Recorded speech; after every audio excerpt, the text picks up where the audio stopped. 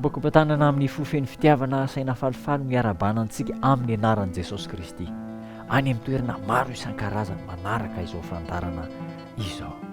Maro amintsika no tratran'ilay hoe fahatsapantena fameloka ary zany no tena fahotana sy tahotra goavana indrindra mahatsapantena fameloka, na dia tsy manameloka antsika aza ny hafa, na dia tsy miresaka momba antsika dia ohatrany mahatsiaro tena saditsika fa tsy mety ny nataontsika, vokatry ny zavatra tsy mety izay nataontsika, mahatsiaro tena fa meloka sady isika.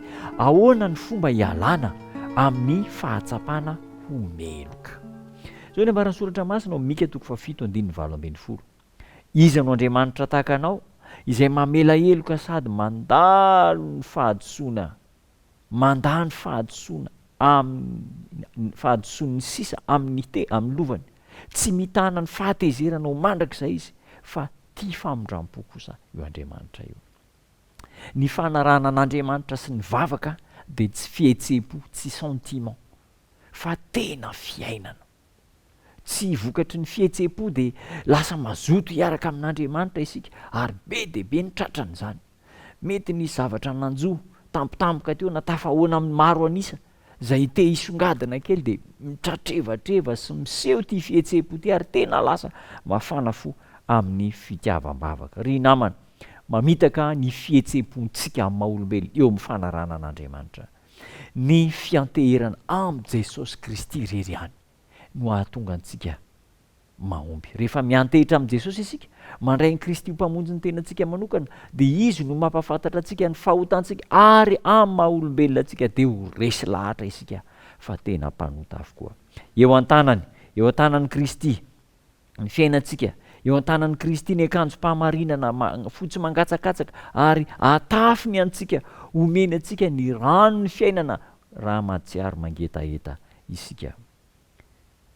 Ny fitiavan-tena, ny fitiavana n'izao tontolo izao dia fomba ampiasain'ny Satana hamitana antsika, eny fa na dia manara-dia an'Andriamanitra aza isika.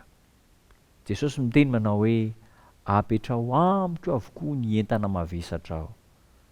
Izy vina amintsika indray ve izay voasoratra ao amin'ny Matthieu 1:7-8, makanisa ty amiko ianareo izay miasa fatratra sy mavesatra entana, zaho anome anareo ny fitsarana, omeny Kristy ny fiadanana isika ary avelany ny helontsika noho ny rany izay nalatsaka teo amin'ny hazo fijaliana.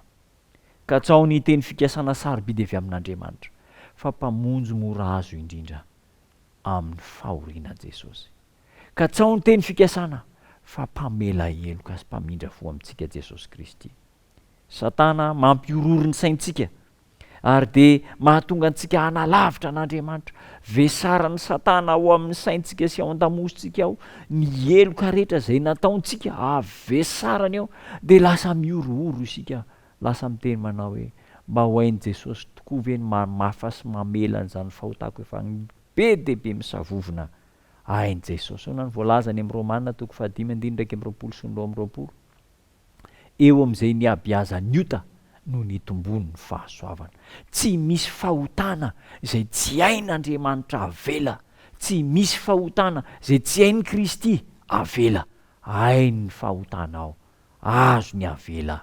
Raha kely ny fahotanao, rakofa ny famelan-keloka kely. Raha mitombo, rakofa ny famelan-keloka, rakofa ny fahasoavana. Ary izay fahasoavana izay no anampy sy hamery anao mba tsy hanota intsony amin'ny manaraka. Ny tompo hitanao ampahery izany teny izany ho tafatoetra, teny fikasanao anatsika tsiraray avy hivavaka isika. Misaotra Jesosy efa mampanantena famelan-keloka ianao.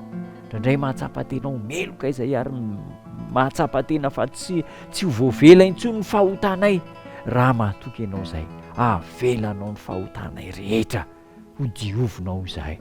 Ary zany no tombontsy lehibe indrindra eto ambonin'ny tany, fahatsapantena fa voavela heloka. Diovy izahay, hamasiny ny fiainanay ary ampio isan'andro izay andresy ny fahotana. Misaotra Jesosy Tompo. Amen.